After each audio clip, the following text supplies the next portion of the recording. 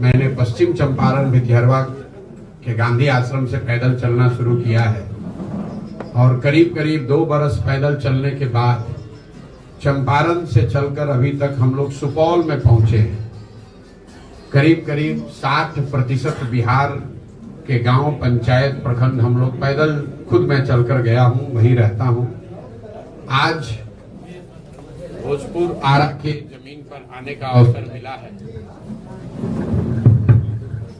आज पहली बार मैं इस अभियान के तहत आरा में आया हूं। यहां अभी पदयात्रा शुरू होने में बहुत समय बाकी है, क्योंकि मैं अभी सुपौल में हूं।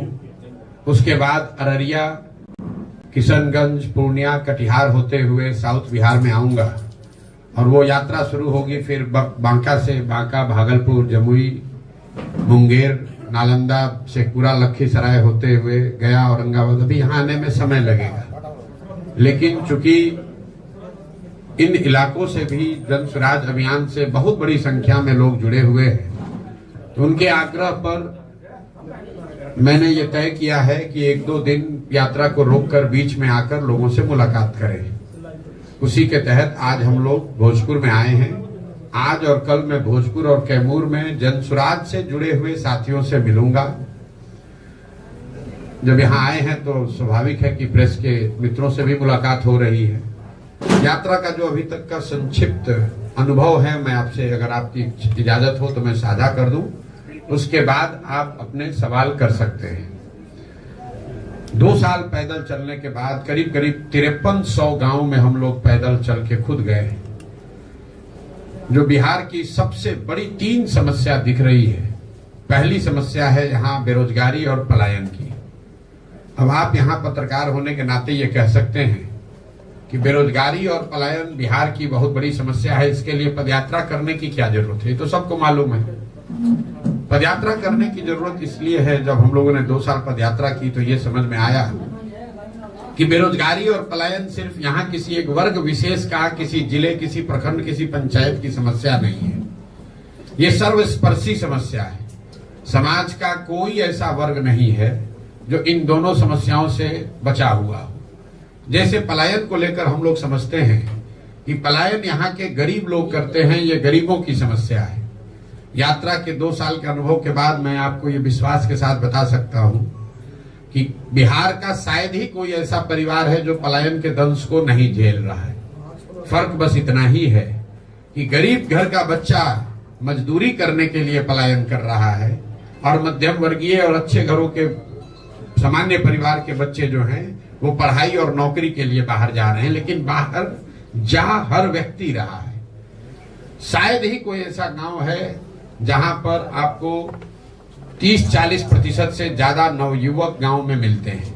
गांव में जब हम लोग जाते हैं तो ज्यादातर गांव में महिलाएं मिलती हैं, बूढ़े लोग मिलते हैं, बच्चे मिलते हैं। जो बाढ़ प्रभावित प्रखंड हैं, पंचायत हैं, वहां पर तो 60-70% युवा बाहर चले गए। जो वहां बाढ़ नहीं आता है वहां से भी 40-50% युवा बाहर रह रहे हैं। पलायन का इतना प्रभाव है, इसका सामाजिक प्रभाव देखिए कि लोगों ने परिवार की जो परिकल्पना है लोगों के मन में, कहीं ना कहीं वही टूट गई है। लोगों ने इस बात को जीवन की सच्चाई मान लिया है कि अगर हमारे घर में किसी को कमाई वाला काम करना है, कमाना है, तो उसको घर परिवार छोड़कर बाहर ही जाना है। लोगों ने ये मान लिया है कि अगर मेरा बच्चा अच्छा पढ़ने वाला है तो उसको बिहार के बाहर ही जाना है। लोगों ने ये मान लिया है कि अगर घर में कोई बीमार ज्यादा पड़ जाए तो दवा इलाज के लिए उसको बिहार के बाहर ही जाना है। गांव में शायद ही कोई ऐसा परिवार मिलता है जहां पति पत्नी, बाल बच्चे और माता पिता एक साथ रह रहे हैं। परिवार की परिकल्पना ही खत्म हो गई है। इसी तरह बेरोजगारी जो है, ये सिर्फ पढ़े लिखे या अनपढ़ों, गरीब अमीर, अगड़े पिछड़े की समस्या नहीं है। बेरोजगारी का हल ये है कि यहाँ जो लोग समृद्ध माने जा रहे हैं, जिनको 5-10 बीघा जमीन है, छोटा मोटा बिजनेस व्यापार है, वो लोग भी गांव में चलते समय हमारे पास आकर कहते हैं भैया 20,000 रुपया के लिए कुछ भी अपना जमीन बेचने को तैयार है। बेरोजगारी का ये हाल है। तो बेरोजगारी और पलायन के बाद जो दूसरी सबसे बड़ी समस्या दिखी वो है शिक्षा व्यवस्था का बिहार में ध्वस्त हो जाना। हम लोग जैसे लोग बिहार के सरकारी विद्यालय से पढ़े, और बिहार में शिक्षा की व्यवस्था बहुत अच्छी कभी नहीं थी। लेकिन आज जो शिक्षा की व्यवस्था है इसमें और पहले वाले में फर्क ये है कि पहले हर जिले में, प्रखंड में एक दो विद्यालय सरकारी ऐसे जरूर थे जहां पढ़ लिख कर आप आगे बढ़ सकते थे। ये समता मूलक शिक्षा नीति बनाने के नाम पर पूरी शिक्षा व्यवस्था को ध्वस्त कर दिया गया।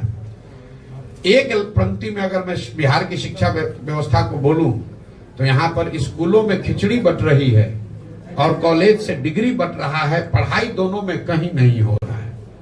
अब आप ये बताएंगे कि ये इतनी व्यवस्था खराब क्यों है? कुछ लोग बताते हैं कि खिचड़ी बंटने से ये स्थिति खराब हो गई।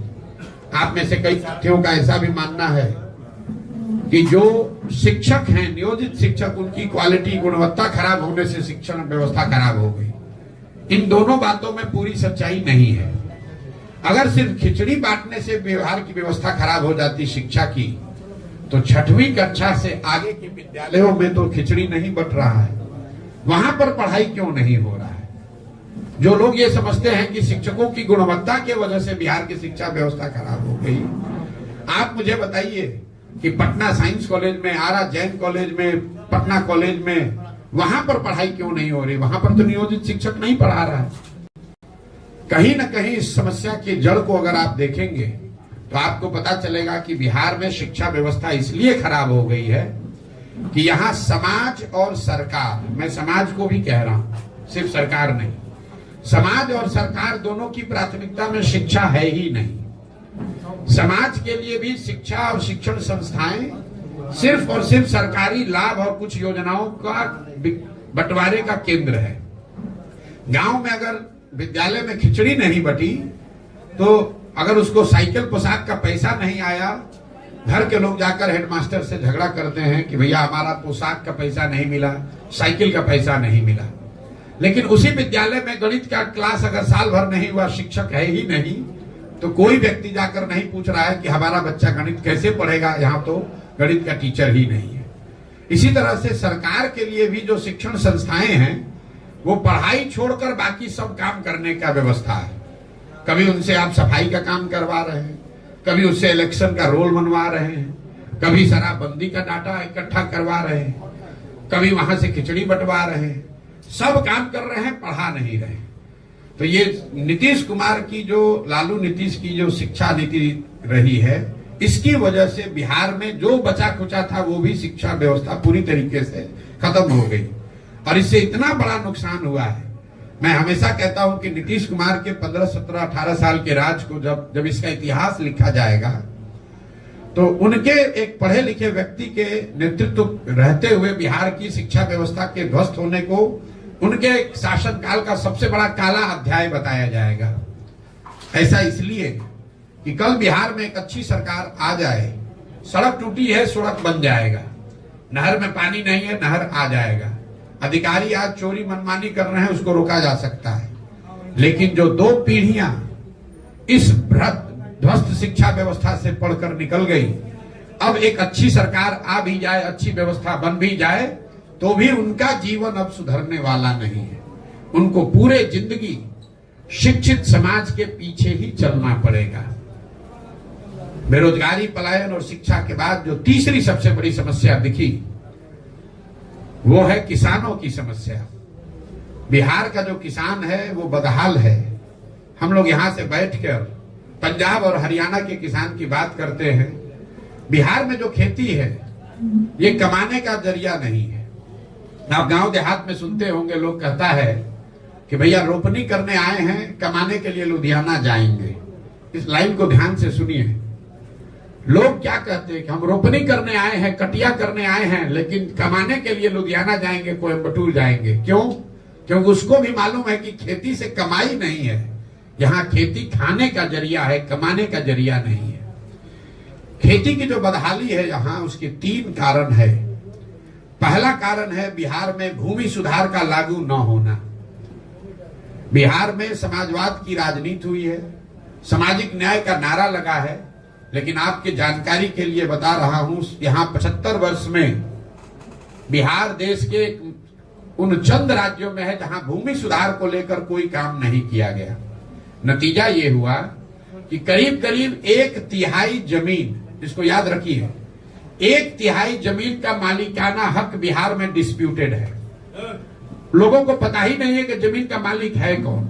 जो मालिक है वो कहीं ना कहीं उसके जमीन के कागज में दिक्कत है, उसका रसीद नहीं कट रहा है, उस पर उसको लोन नहीं मिल रहा है, उसको बेच नहीं सकता है, तो जमीन की प्रोडक्टिविटी कम हो गई।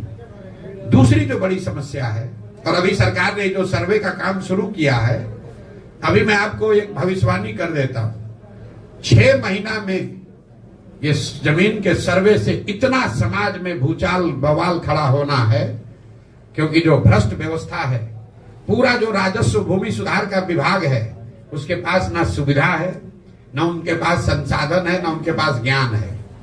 पूरी जो राजस्व की व्यवस्था है, एक अंचलाधिकारी, उसके साथ 2-3 कर्मचारी, और उस कर्मचारी के साथ जुड़े हुए 5-7 अटर्नी जो कि विशुद्ध तौर पर दलाल हैं, यही लोग चला रहे हैं।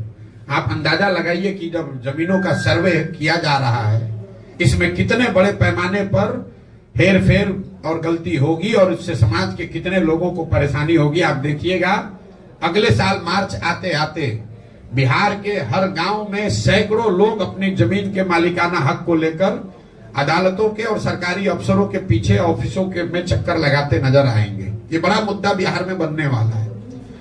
दूसरी जो किसानों की समस्या है वो जल का कुप्रबंधन। यहाँ जो विभाग है उसका नाम है जल संसाधन। ये सबसे ज्यादा लूट वाला विभाग है। आप लोग को बता देते हैं, बिहार में हर विभाग में चोरी है, कोई ऐसा विभाग नहीं जहां चोरी नहीं है, लेकिन जल संसाधन से ज्यादा चोरी कहीं नहीं है। अगर आपको एक मजाक की बात बता देता हूं, यहाँ गठबंधन का सरकार चलता है, सब विभाग का बंटवारा होता है, लेकिन जल संसाधन का बंटवारा आज तक नहीं हुआ है।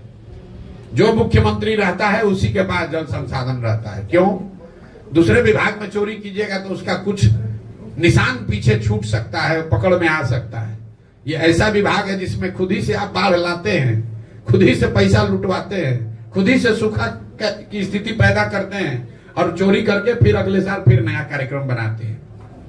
तो बिहार में जो जल संसाधन कुप्रबंधन है, इसका नतीजा ये है कि यहाँ 50% भूमि, इसको आंकड़े को याद रखिए, 50% भूमि बाढ़ से प्रभावित है, लेकिन बाकी का जो 50% है उसमें आधी से ज्यादा भूमि में जल जमाव की बहुत बड़ी समस्या है। ये आपको शायद दक्षिण बिहार में इतना नहीं दिखेगी, लेकिन जैसे ही आप तराई के जिलों से नीचे आएंगे, जो तराई के जिले हैं नेपाल से लगते हुए, वहां पर जल जमाव की समस्या उतनी नहीं है। दोनों चंपारण, सीतामढ़ी, मधुबनी, सुपौल, अररिया में उतना जल जमाव की समस्या नहीं है। लेकिन जब आप गोपालगंज जाएंगे, सिवान जाएंगे, सारण जाएंगे, समस्तीपुर जाएंगे, खगड़िया जाइएगा, बेगूसराय जाइएगा, दरभंगा जाइएगा, यहाँ कोई ऐसा पंचायत नहीं है जहां 2-4-5 हजार एकड़ जमीन जल जमाव से नहीं प्रभावित है। एक बार पानी आ गया, वो पानी निकलता ही नहीं है। और तीसरी जो बड़ी बात है, जो दक्षिण बिहार के लिए भी ज्यादा जरूर समझने वाली बात है, बिहार एकमात्र ऐसा राज्य है जहां पिछले 10 साल में सिंचाई वाली भूमि की मात्रा 11% से कम हो गई। दूसरे राज्यों में सिंचाई की सुविधाओं का विस्तार हुआ। पिछले 10 वर्ष में बिहार में सिंचाई की जो व्यवस्था है, वो नहरों के रखरखाव और नलकूप के रखरखाव के अभाव में 11% कम हो गया। आप गांव देहात में चलिएगा तो आप लोगों को दिखता होगा, लोग बताते हैं कि भैया इस सोन कैनाल का पानी पहले आता था, अब पानी नहीं पहुंचता है, क्योंकि सिल्ट पड़ गया, रखरखाव नहीं हुआ। तो ये आंकड़ा याद रखिए, अगर आज से 10 वर्ष पहले 100 एकड़ जमीन को सिंचाई की सुविधा बिहार में थी, तो वो घट के अभी 89 एकड़ ही रह गया है। लेकिन भूमि सुधार और जल कुप्रबंधन के बाद भी जो यहाँ पैदा हो रहा है, किसानों की जो सबसे बड़ी समस्या है कि जो अनाज यहाँ पर किसान पैदा कर रहा है, वो उसको उचित दाम नहीं मिल रहा है।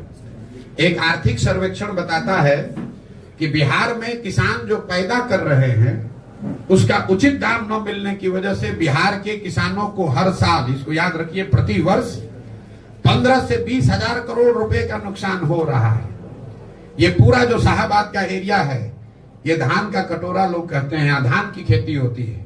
मैं आपको चुनौती दे रहा हूं, आप मुझे कोई किसान दिखाइए जिसने 2100 रुपया में, 2200 रुपया में अपना धान पिछले 2 वर्ष में बेचा हो। हर किसान यहाँ 1400, 1500, 1600 में ही अपना धान बेचा है। जो पैक्स की व्यवस्था है यहाँ, उसका आंकड़ा सुन लीजिए। हम लोग कहते हैं कि पंजाब में, हरियाणा में किसान बहुत धनी है। भैया पिछले 10 वर्ष में पंजाब में 70% धान और करीब करीब 75% गेहूं सरकारी समर्थन मूल्य पर सरकार के एजेंसियों के द्वारा खरीदा गया है। बिहार में पिछले 10 वर्ष में 13% धान, याद रखिए 13% धान और 1% गेहूं ही सरकारी एजेंसियों के द्वारा, पैक्स के द्वारा सरकारी समर्थन मूल्य पर खरीदा गया है। तो 2000 का धान जब किसान 1400, 1500 में बेचेगा तो स्वाभाविक है कि उसको नुकसान होगा ही होगा। तो ये किसानों की जो 3 बड़ी समस्या है, भूमि सुधार का लागू न होना, जिसकी वजह से भूमि की, जमीन की प्रोडक्टिविटी और उसमें इन्वेस्टमेंट कम हो रहा है। दूसरा, जल का कुप्रबंधन, और तीसरा, फसलों के दाम का न मिलना। ये 3 बड़ी समस्याओं के बाद जो 3 सबसे ज्यादा सुने जाने वाले शब्द रहे पदयात्रा में, वो है अधिकारियों की मनमानी, दूसरा है सरकारी विभागों में फैला हुआ भ्रष्टाचार, और तीसरा है कट मनी, जो यहां पर हर सरकारी योजना में कमीशन काटा जा रहा है। अभी के जो नीतीश का राज है उसके बारे में लोग बताते हैं गांव में कि भैया बिहार ने लालू जी का जंगल राज देखा है, अपराधियों का जंगल राज देखा है, लेकिन आज जो बिहार में व्यवस्था चल रही है वो अधिकारियों का जंगल राज है। यहाँ के अधिकारियों की मनमानी है, वो जो चाहेंगे वही करेंगे। नीतीश कुमार और उनके साथ बैठे हुए 4-5 सलाहकार, जो कि सब पहले के एक्स ब्यूरोक्रेट हैं। ध्यान रखिए, सरकार को चलाने वाले लोग कौन हैं? एक नीतीश कुमार, और सीएमओ के अधिकारी भी नहीं, सीएमओ में रिटायर होने के बाद बैठे हुए जो आप इनके सलाहकार लोग हैं, वही 4-5 लोग पूरी व्यवस्था को चला रहे हैं। सत्ता और संसाधन का इतना केंद्रीकरण हो गया है कि आपको राशन कार्ड भी चाहिए तो मुख्यमंत्री के यहां आपको जाना है। कोई मुखिया का ताकत नहीं है कि किसी को इंदिरा आवास दे दे, किसी मुखिया का ताकत नहीं है कि चुने हुए प्रतिनिधि, किसी ग्राम सभा के पास ये अधिकार नहीं है कि ग्राम सभा का बैठक करके तय कर दे कि कितने लोगों को घर मिलना चाहिए। ये सब कुछ नीतीश कुमार ने अधिकारियों के हाथ में नियंत्रण दे दिया है। भ्रष्टाचार उसकी वजह से चरम पर है, और अधिकारियों की इतनी मनमानी है कि खुलेआम लोग कह रहे हैं भैया जो करना है कर लीजिए, करेंगे वही जो हमारा मन है। आप लोग भी रोज देखते होंगे। दूसरी जो समस्या सुनने को मिली, जो सरकारी विभागों में फैला हुआ भ्रष्टाचार है। 5-7 साल पहले हम भी बिहार में आए हैं, काम किए, नीतीश कुमार के साथ भी काम किया मैंने।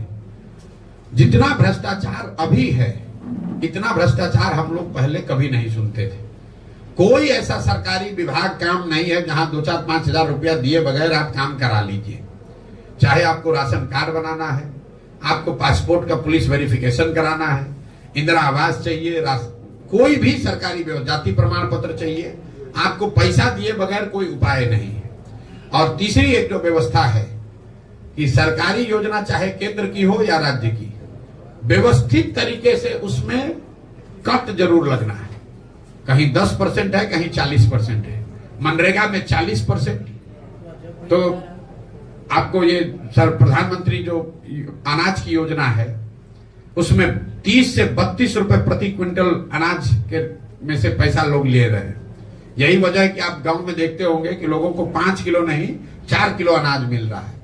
और ये जो 30-35 रुपए प्रति क्विंटल अनाज में पैसा काटा जा रहा है, ये बजाबता विधायकों का भी उसमें हिस्सा है। मैं आपको कैमरे पर कह रहा हूं, ज्यादातर जगहों पर चाहे किसी दल का विधायक हो, वो भी 6 से 8 रुपया प्रति महीना ये प्रधानमंत्री के अनाज योजना में पैसा हर महीना पा रहा है।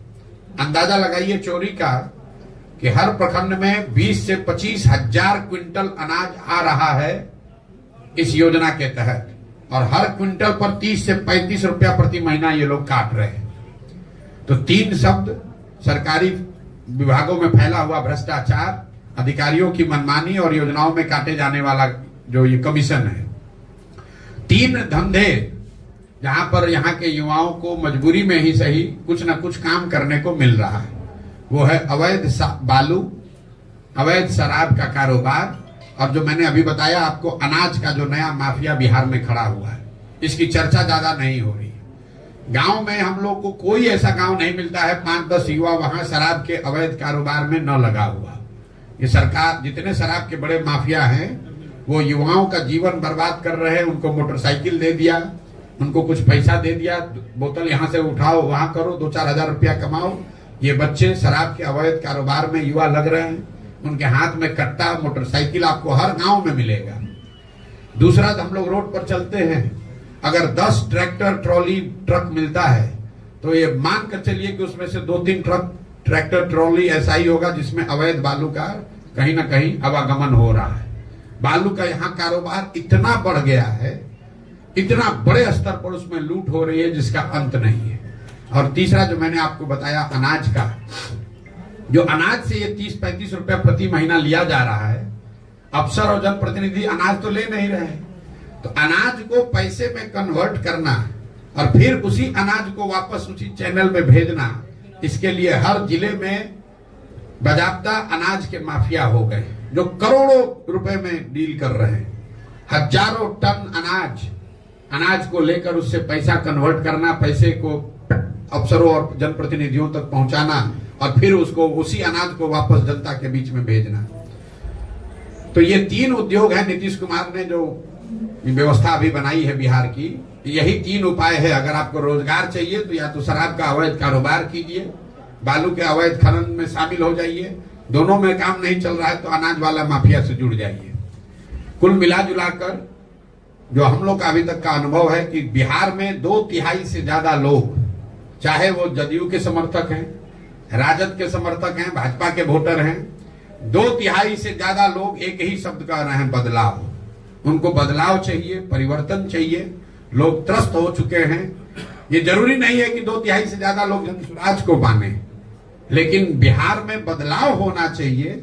इसको लेकर करीब करीब पूरे समाज में एक तरह से यूनानिमिटी है। 2/3 से ज्यादा लोग विचारधारा, धर्म, वर्ग, जाति से ऊपर उठकर ये मानते हैं कि बिहार में बदलाव चाहिए, नई व्यवस्था चाहिए, नया विकल्प चाहिए।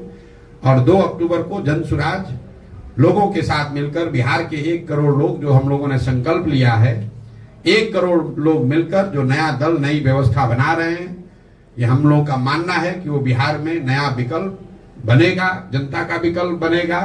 और अगले 10 वर्ष में बिहार को देश के 10 अग्रणी राज्यों में शामिल करने के लिए सही लोग, एक सही प्रोग्राम, एक विजन और सही प्रयास करने के लिए एक जो शुरुआत की गई है, इसका फायदा आने वाले समय में बिहार के लोगों को मिलेगा। बहुत बहुत धन्यवाद। और आपका जो सवाल है वो आप कर लीजिए। पहले आप पॉलिटिकल पार्टीज के लिए स्ट्रेटजी बनाते थे, आपने बिहार की समस्याएं गिनाई, आपके मन में वो सारे सॉल्यूशंस भी होंगे जो शायद आप पॉलिटिकली इन्वॉल्व होने के बाद बिहार में जब आप शासन में आएंगे या फिर आपके विधायक जीतेंगे तो आप उस चीज को इम्प्लीमेंट करेंगे।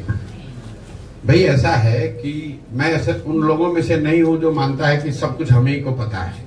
अगर हम ही को सब पता होता तो हमको गांव गांव पैदल चलने की जरूरत क्या थी।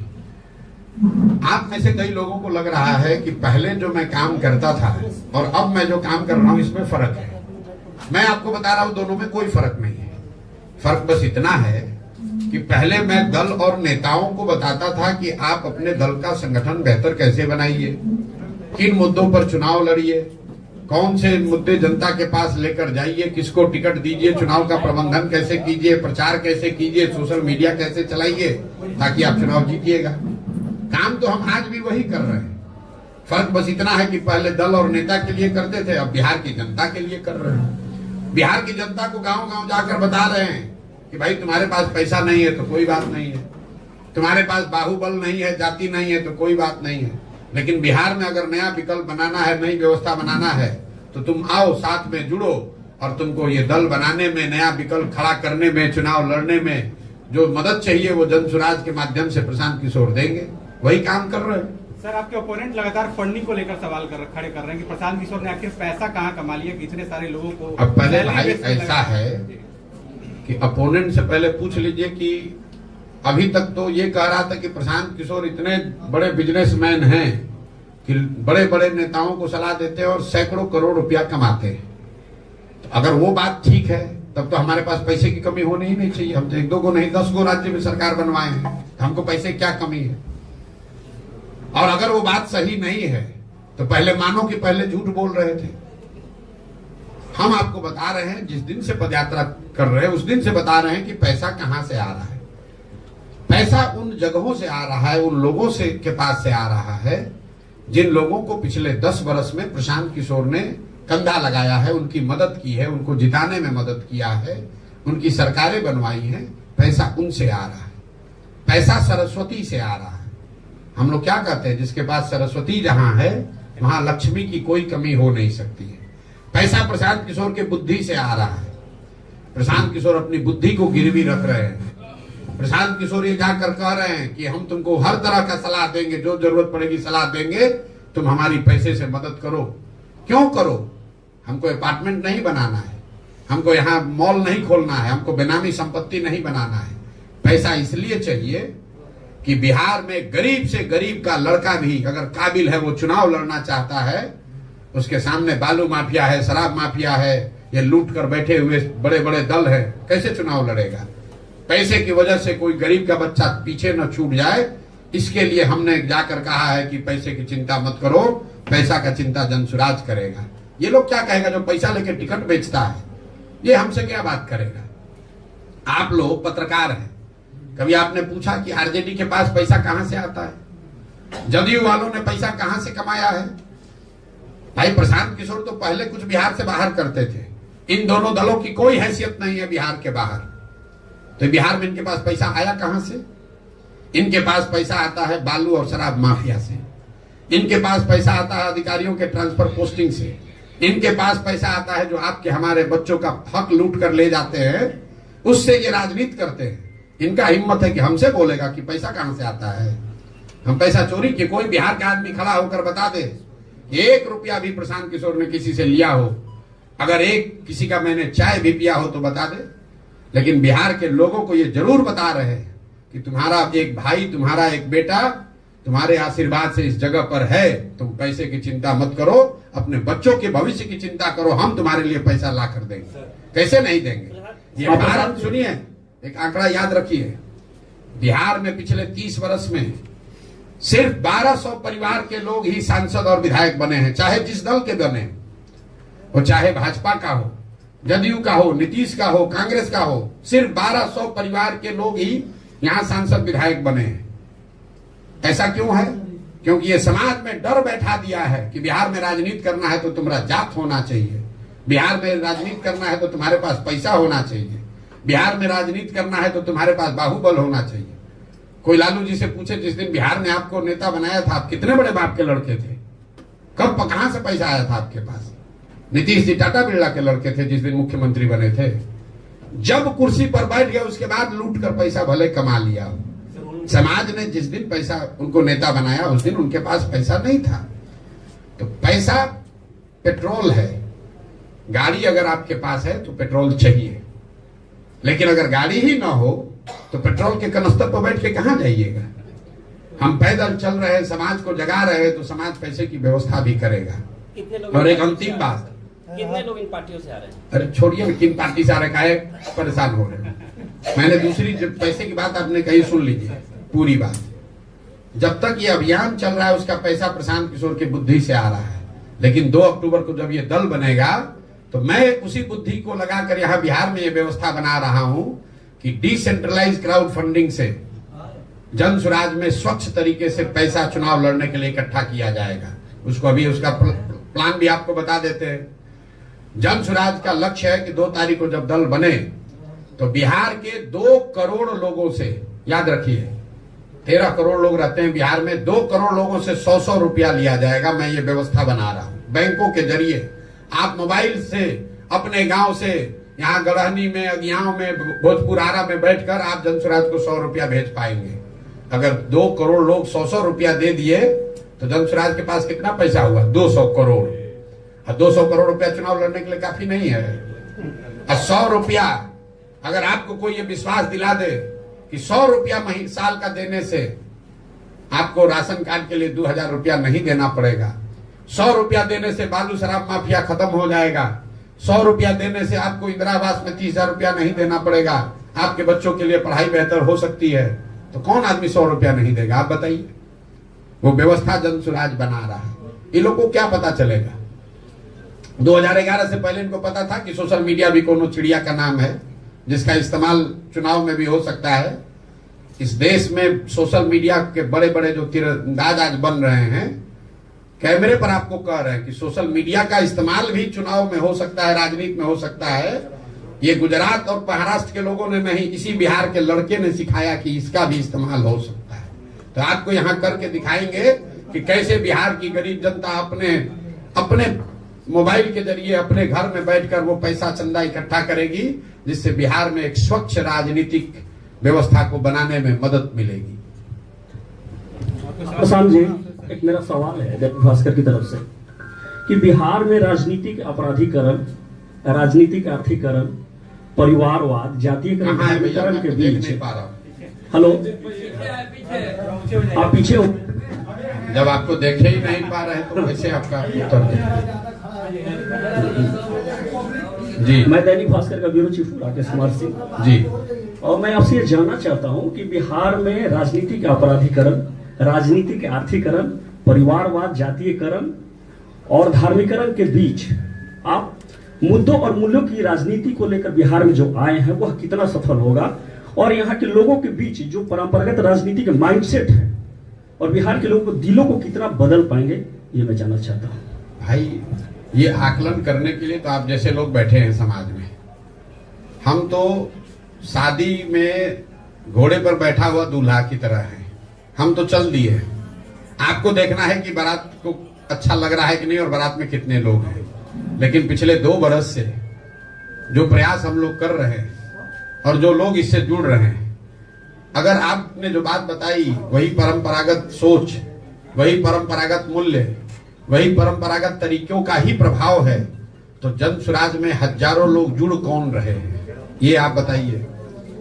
आपने अपने पत्रकारिता के जीवन में कभी ये देखा हो कि रूलिंग पार्टी, आज अभी भाजपा और जदयू रूलिंग पार्टी है, रूलिंग पार्टी और मुख्य विपक्ष आरजेडी, उनके दलों के नेता अपना दल छोड़कर, अपना पद छोड़कर एक ऐसी व्यवस्था से जुड़ने का प्रयास कर रहे हैं, जुड़ रहे हैं, जो कि अभी दल बना भी नहीं है। ये इस सोच की ताकत है। अभी दल बना नहीं है और तीनों चारों दल जो कि परंपरागत राजनीतिक के ध्वजवाहक हैं, उनके यहां खलबली है, जो आपको भी दिख रही है। चिट्ठी जनसुराज ने नहीं निकाला है कि जनसुराज के लोग आरजेडी में मत जाओ, चिट्ठी आरजेडी ने निकाली है लालू जी के राजनीतिक और सिद्धांतिक मूल्यों का हवाला देकर कि मेरे भाई प्लीज छोड़कर मत जाओ, जनसुराज में मत जाओ। फोन जदयू और भाजपा के लोग अपने कार्यकर्ताओं को रोकने के लिए कर रहे हैं, जनसुराज वाले नहीं कर रहे हैं। सप्लीमेंट क्वेश्चन है, पूरा प्रश्न है कि गठबंधन की राजनीति देश और बिहार में है और नए नेतृत्व को पनपने नहीं दे रहा है। सत्ता आज मतलब सत्ता और विरोध यहाँ है ही नहीं। इस गठबंधन की राजनीति का क्या काट आपके पास हो सकता है? बिल्कुल काट बना दिया है। आपने बनाया 3 दल का गठबंधन, किसी ने बनाया 5 दल का गठबंधन, हमने बनाया बिहार के 1 करोड़ लोगों का गठबंधन। दल नहीं बनाया, दल तो अभी बना कहां है।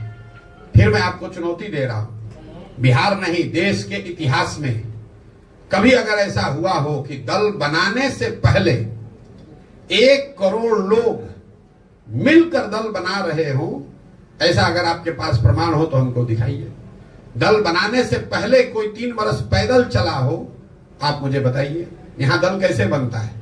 जिसको दल बनाना है दल बना दिया, कहा भैया हम हो गए अब इसके नेता और इसके बाद होंगे हमारे बेटा। अब जितना बिहार का जनता है तुम झंडा लेके ढो।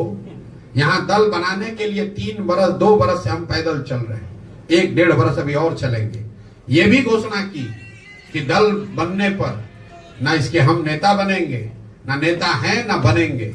2 अक्टूबर को आप देखिएगा, यही बिहार की जनता जिसको आप बता रहे हैं कि जातियों में बटा है, अपराधीकरण है, बाहुबल है, जिसको समझ नहीं है, जो अनपढ़ है, जो 500 रुपए पर बिक जाता है, यही बिहार की जनता मिलकर एक साथ बैठकर बिहार के सबसे काबिल 20-25 लोगों का नेतृत्व चुनकर देगी। और तब आप कहिएगा कि देखिए अच्छा बिहार में ये भी थे। अभी आप लोग कह रहे हैं अच्छा बिहार का कोई लड़का आनंद मिश्रा भी था, ये आए हैं तब ना आपको दिखा है। आपको कहां पता था कि असम में जो सबसे बढ़िया आईपीएस अफसर है वो बिहार का लड़का है? ऐसे लोगों को गांव गांव से, जैसे हम रोज कहते हैं, जैसे दही को मथ के आप मक्खन निकालते हैं, दही में मक्खन है, आपको दिखता नहीं है, लेकिन उसी दही को आप मथ देते हैं तो उससे बढ़िया सफेद मक्खन निकलता है। तो बिहार का समाज भी उस जमे हुए दही के जैसा हो है, जिसमें मक्खन है, जिसमें अच्छे लोग हैं। समाज को मत कर अच्छे लोगों को निकालने की जरूरत है। मैं अंतिम बात आपको बताऊं, जब लोग कहते हैं ना भैया कोई अच्छा बचा ही नहीं, हम पूछते हैं ये बताओ कि गांव देहात शहर में 100 में 1 आदमी अच्छा बचा है कि नहीं बचा है? तो कहता ना 100 में एगो दुगो तो अच्छा है ये है। तो अगर 100 में 1 आदमी भी अच्छा बिहार में बचा है तो 15 लाख लोग हुए। हमको तो बिहार सुधारने के लिए 10,000 लोग चाहिए, बिहार सुधारने के लिए 100-150 अच्छा विधायक चाहिए, बिहार सुधारने के लिए 5,000 10,000 बढ़िया मुखिया सरपंच चाहिए। अगर 100 में 1 आदमी भी समाज में अच्छा बचा है तो बिल्कुल इसको किया जा सकता है। सर जी एक सवाल है, जिस तरीके से आप अभी रणनीति बना करके एक नया संगठन बनाने जा रहे हैं, इसी तरीके से दिल्ली में एक समय अरविंद केजरीवाल भी मिलता जुलता आपसे रणनीति बना करके नेता बने और आज उन पर कई एलिगेशन लग रहे हैं, जेल जा रहे हैं, उनके कई मंत्री। आप पत्रकारिता करते हैं तो सवाल पूछने से पहले थोड़ा बहुत तो अध्ययन करके पूछना ही चाहिए।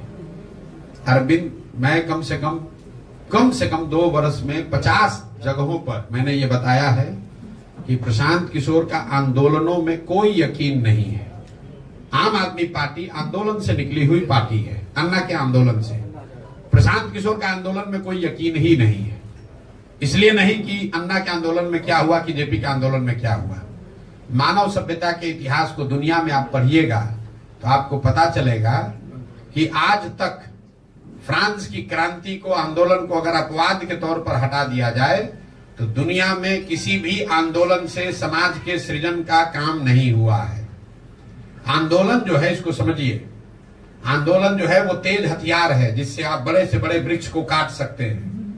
उस हथियार से आप बड़े से बड़े नेता को हरा सकते हैं, सल्तनत को सत्ता से हटा सकते हैं, सल्तनत को उखाड़ सकते हैं, उससे नए समाज का सृजन नहीं कर सकते। यहाँ बिहार में जेपी का आंदोलन हुआ, उससे तब की सरकार, दिल्ली की सरकार, इंदिरा गांधी को हटा दिया गया, लेकिन उससे देश और बिहार में नए समाज का सृजन नहीं हुआ।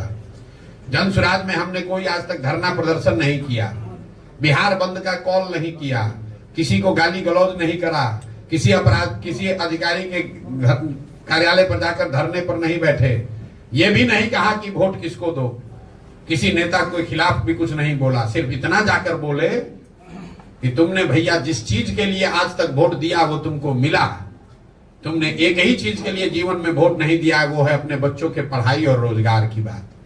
तुमने वोट दिया मंदिर के लिए, तो तुम्हारे वोट से ही मंदिर भले अयोध्या में बना है, तुम्हारा वोट का ताकत है कि मंदिर वहां बना है। तुमने वोट दिया 5 किलो अनाज के लिए, तो कितना भी भ्रष्टाचार है 4 किलो अनाज मिल रहा है।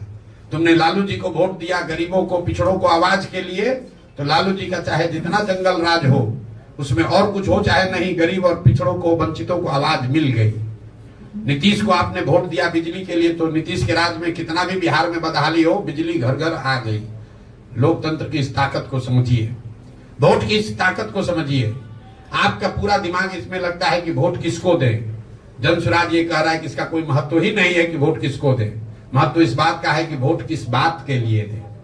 तो हम लोग ये कह रहे हैं कि वोट जिसको देना है दो। 2 बरस के मेरे वक्तव्यों में आप कहीं दिखा दीजिए कि हमने लोगों को कहा हो कि वोट जनसुराज को दो।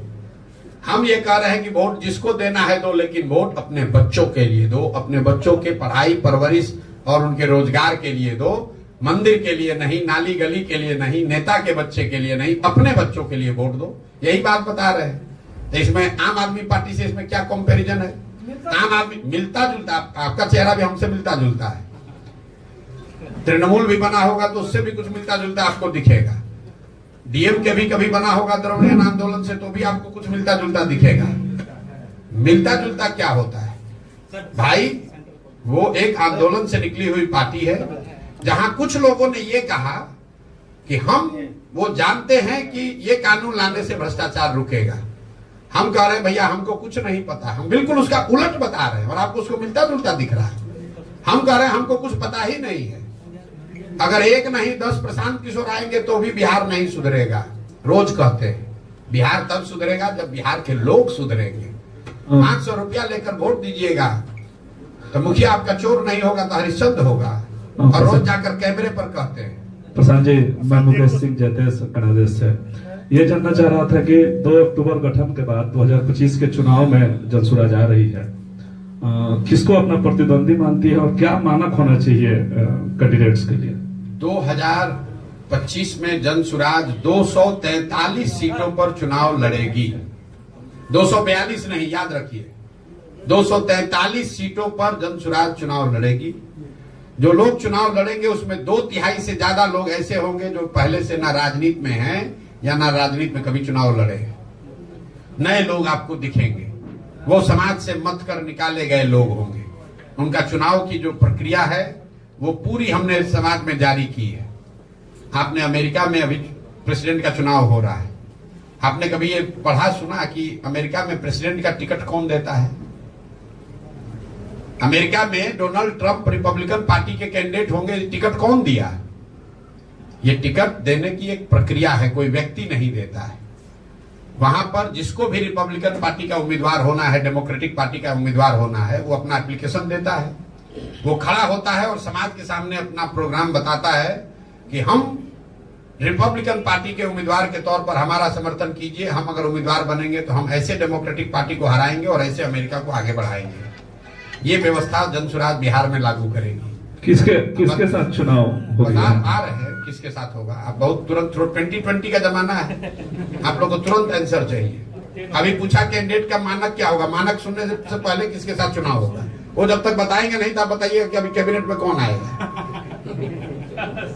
तो जनसुराज भी हर विधानसभा क्षेत्र से 5 से 7 ऐसे लोगों का नाम दिसंबर से पहले जारी करेगा जिसको हम संभावित उम्मीदवार के तौर पर देखते हैं, ताकि क्षेत्र की जनता 1 बरस तक उस शख्स के साथ काम करके, देखकर, सुनकर, परखकर और हर 3 महीना पर उसका रिपोर्ट कार्ड जारी करेंगे कि ये जो 7 हैं इसमें क्षेत्र की जनता, आगियाओं की जनता, बड़हरा की जनता बता रही है कि ये आदमी सबसे अच्छा उम्मीदवार है। और 1 बरस के इस प्रयास के बाद जो नंबर 1 पर आया, जिसको क्षेत्र की जनता ने चुना, वही जनसुराज का उम्मीदवार हो गया। तो ये चुनाव की प्रक्रिया है। आपने पूछा चुनाव लड़ाई किससे होगी? लड़ाई स्वाभाविक है एनडीए से होगी। इसलिए होगी एनडीए से कि अभी अगर लोकसभा का चुनाव का नतीजा देखिए तो करीब 176 विधानसभा क्षेत्र में एनडीए आगे है। तो हम लोग की लड़ाई सीधे तौर पर एनडीए से होगी। आरजेडी यहाँ 3रे नंबर का दल होगा। पूर्ण सवाल है, आपने कल कहा है कि 40 जन स्वराज गठबंधन भी करेगी आने वाले समय में। 243 पद जनसुराज लड़ेगा तो गठबंधन करेंगे, 500 मतलब सीट उसके आगे बढ़ा रहे हैं विधानसभा में। नहीं, मतलब गठबंधन में लड़ेगी या अकेले लड़ेगी? जब बोला कि जनसुराज 243 लड़ेगा तो गठबंधन और जनसुराज में अगला चुनाव होगा, आप देखते जाइए। नेशनल पॉलिटिक्स को लेकर सवाल है। भोजपुर में आई बनी, भोजपुर में आई बनी पे लड़ा जाता है और बिहार में पॉलिटिक्स अलग होता है सर, समीकरण अलग होता है। मेरे भाई ऐसा है, यहाँ एनडीए के उम्मीदवार, एनडीए के मुख्यमंत्री नीतीश कुमार हैं और उनके सहयोगी दल हैं भाजपा, ठीक है। बिहार में पिछले 30 वर्षों से लालू नीतीश का राज है और बिहार की बर्बादी के लिए लालू नीतीश जिम्मेवार हैं। लेकिन उनसे बड़ा दोषी भी कांग्रेस और भाजपा है। क्यों है, इसको ध्यान समझिए। लालू जी चाहे बिहार के जितने बड़े नेता हों, अपने जीवन में सिर्फ एक ही बार बिहार अपने दम पर जीत कर आए हैं।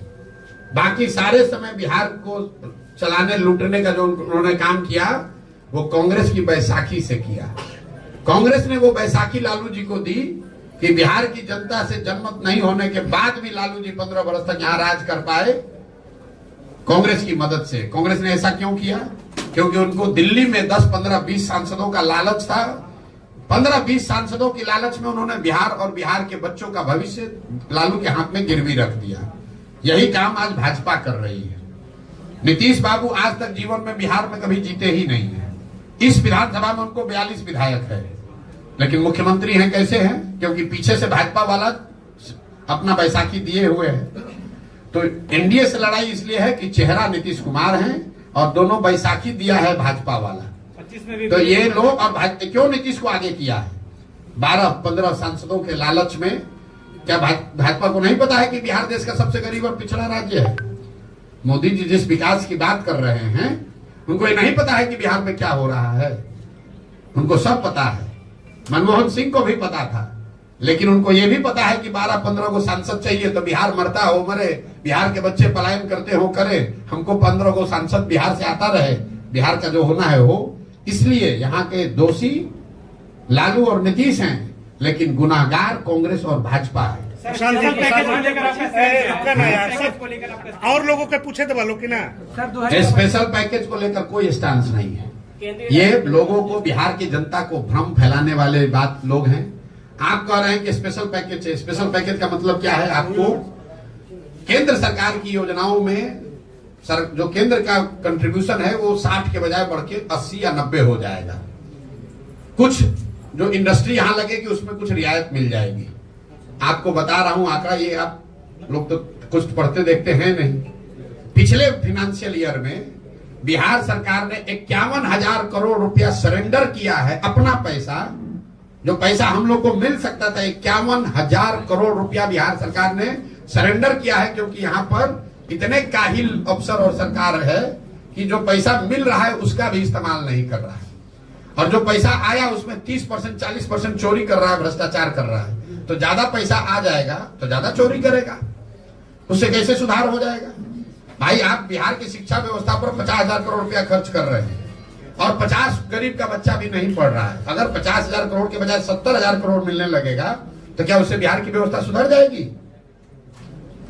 भाई, आप अपना घर नहीं सुधारिएगा, अपनी पात्रता नहीं सुधारिएगा तो कितना भी कोई पानी डालेगा तो बाल्टी अगर आपका चू रहा है तो कितना भी पानी डालेगा उसमें पानी टिकने वाला है। और इनको विशेष राज्य का दर्जा का ध्यान कब आता है? जब चुनाव आता है। भाई, अभी तो एनडीए की सरकार यहां पर भी है और केंद्र में भी। काहे नहीं विशेष राज्य का दर्जा दे रहे हो? काहे नाटक कर रहे हो? छोड़िए विशेष राज्य का दर्जा का बात। हमने कहा कि सबको मालूम है कि अभी केंद्र में जो सरकार है वो नीतीश के समर्थन से के बगैर नहीं चल सकती है, माइनॉरिटी है। आपने कहीं सुना कि नीतीश कुमार ने यह कहा कि भाई बिहार में बंद चीनी मिलों को आप चालू कीजिए, हम लोग आपको केंद्र में समर्थन देंगे? नीतीश कुमार को फुर्सत है? वो जाकर वहां दिल्ली बतिया रहा है कि हमारा मिनिस्टर कौन बनेगा, हमको सीट कैगो मिलेगा, 25 के बाद हमारी क्षमता नहीं है, लेकिन 25 के बाद मुख्यमंत्री हमको खाली घोषित कर दो, हम तुमको समर्थन देंगे।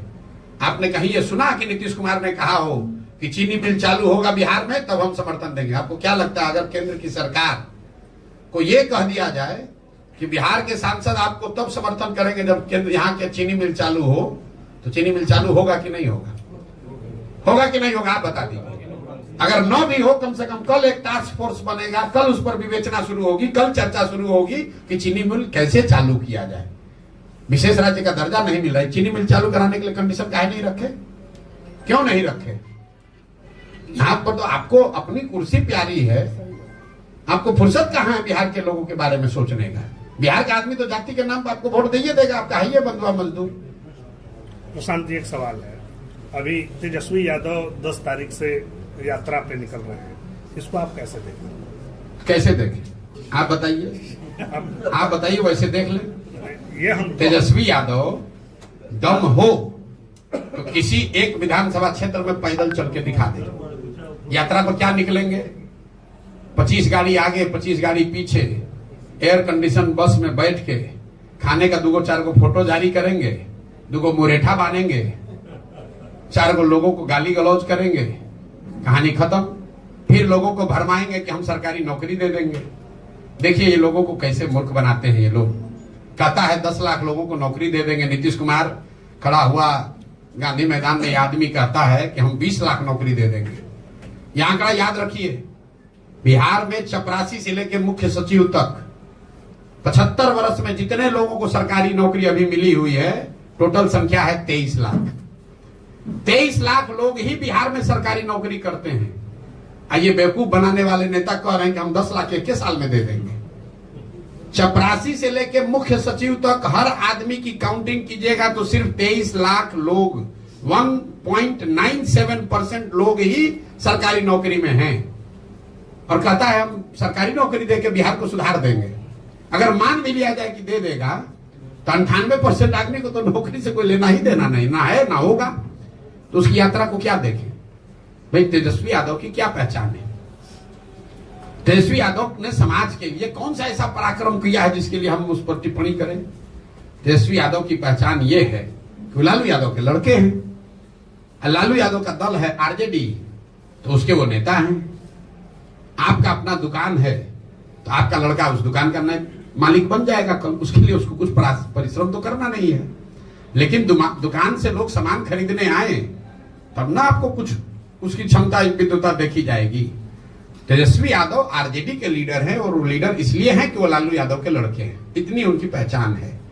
इसके आगे की पहचान उनको बनानी है तो उसके लिए परिश्रम करना पड़ेगा, काम करना पड़ेगा, करके कुछ दिखाना पड़ेगा। अभी तक ऐसा कुछ दिखा नहीं। ना विद्यार्थी के तौर पर उन्होंने बहुत बड़ा कोई तोप मारा है, तोप छोड़ा है। जो आदमी मुख्यमंत्री, देखिए मैं ये नहीं मानता हूं कि डिग्री पाने से कोई आदमी समझदार हो जाएगा। हम लोग के माँ बाप, दादी, हर परिवार में ऐसे लोग हैं जो पढ़े लिखे नहीं लेकिन बहुत समझदार हैं। परिस्थितिवश आप पढ़ाई नहीं कर पाए, स्कूल नहीं था, साधन नहीं था, पैसा नहीं था, वो बात समझ में आती है। लेकिन जिसके माँ बाप मुख्यमंत्री हैं वो बच्चा 10वां नहीं पास किया, तो ये दिखाता है कि शिक्षा के प्रति आपकी सोच क्या है। जो आदमी 9वां फेल है वो बता रहा है कि हम बिहार के विकास का रास्ता बता देंगे। जिसको ये नहीं मालूम है कि जीडीपी क्या है और जीडीपी ग्रोथ क्या है, वो बता देगा कि बिहार का सुधार कैसे हो जाएगा।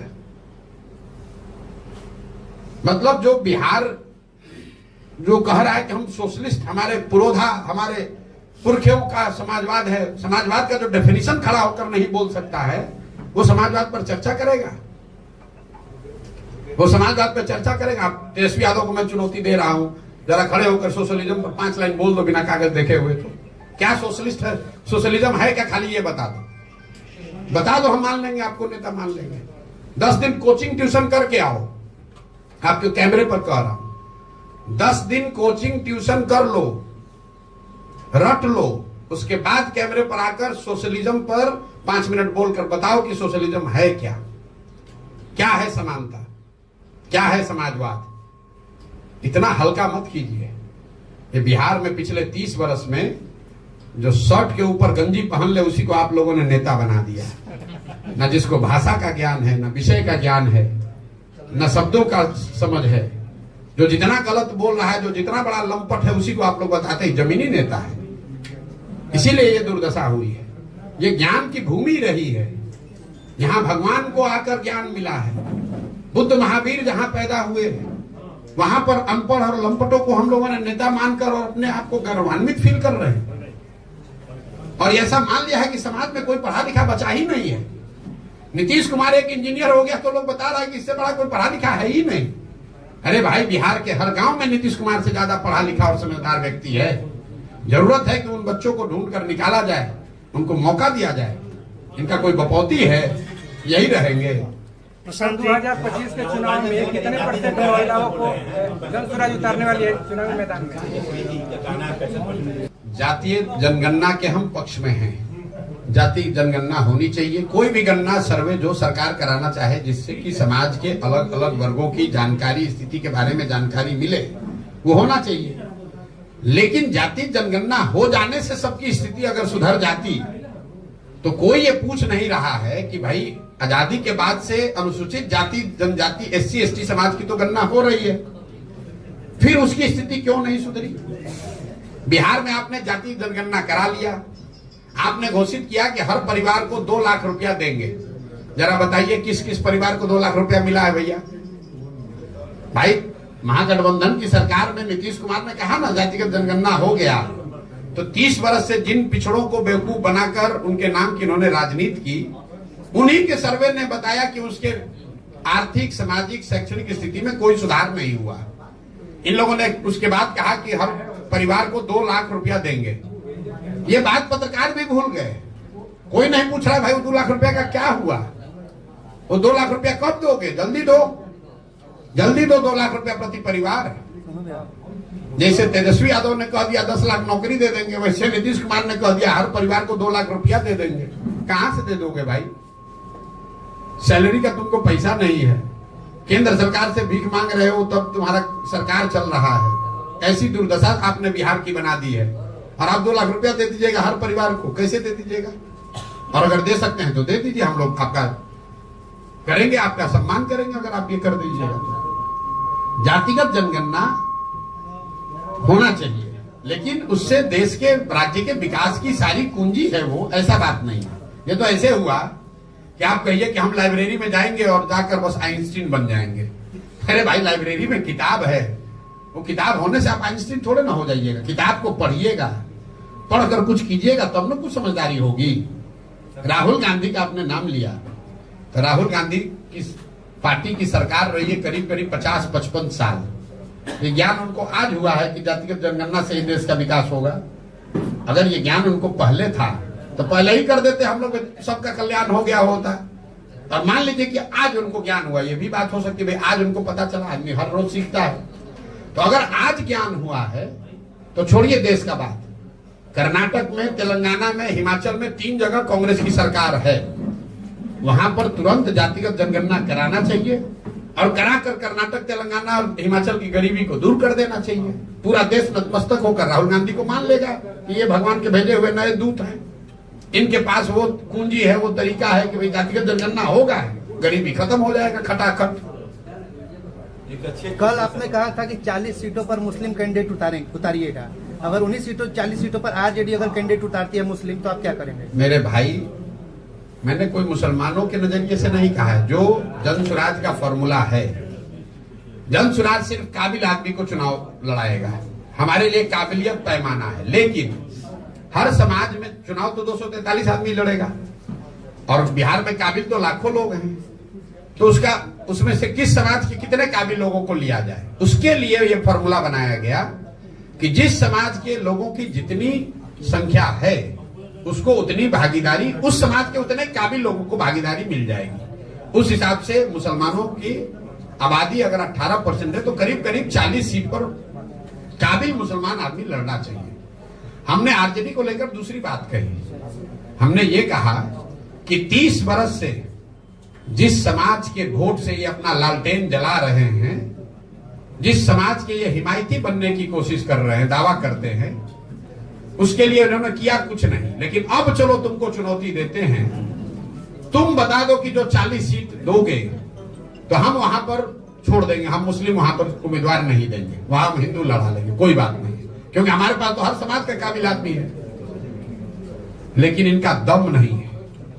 हमने कहा अगर वो चुनौती स्वीकार कर ले तो पहले देकर दिखाएं। भैया, जहां सबसे ज्यादा मुसलमान होता है वहां जाकर खुद चुनाव लड़ते हैं ये लोग।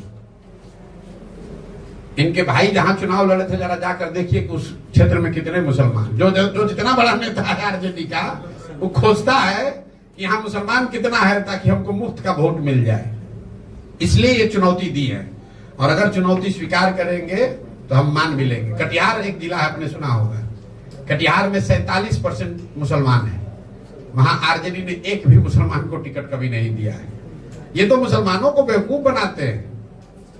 जहां मुसलमानों की आबादी है वहां पर उसको टिकट नहीं देंगे, जहां मुसलमानों की आबादी नहीं होगी वहां टिकट दे देगा, हार जाएगा, और जहां मुसलमानों की आबादी होगी वहां खुद चुनाव लड़ते हैं।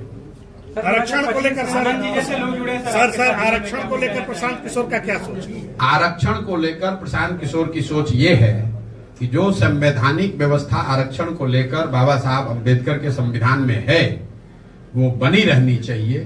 कुछ लोगों का ये कहना है कि संविधान में तो इसका प्रोविजन 10-20 साल के लिए किया गया था, इसको इतना लंबा क्यों चलाया जा रहा है? तो संविधान में ये व्यवस्था 10-20 साल के लिए इसलिए की गई थी कि जब 10-20 साल में समाज के वो वर्ग सामान्य वर्गों के बराबर आ जाएंगे, लेकिन वो किसी वजह से नहीं आए। तो आरक्षण की व्यवस्था तब तक चलनी चाहिए जब तक जिन वर्गों को आरक्षण का लाभ मिल रहा है वो सामान्य वर्गों के बराबर आर्थिक, सामाजिक, शैक्षणिक नजरिए से उनके बराबर ना हो जाए।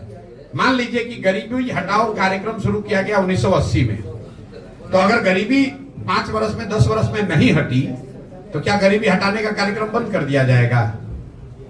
आपको रोग है, आपको डॉक्टर ने दवा दी कि आप 2 महीना खाइए, ठीक हो जाइएगा, लेकिन अगर 2 महीना में रोग ठीक नहीं होगा तो दवा खाना छोड़ दीजिएगा, तब तो गड़बड़ हो जाएगा ना। तो आरक्षण की व्यवस्था जो संविधान में है वो बनी रहनी चाहिए, तब तक बनी रहनी चाहिए जब तक जिन वर्गों को इसका लाभ मिल रहा है उनकी सामाजिक, राजनीतिक, शैक्षणिक स्थिति सामान्य वर्गों के बराबर न हो जाए। एक आखिरी सवाल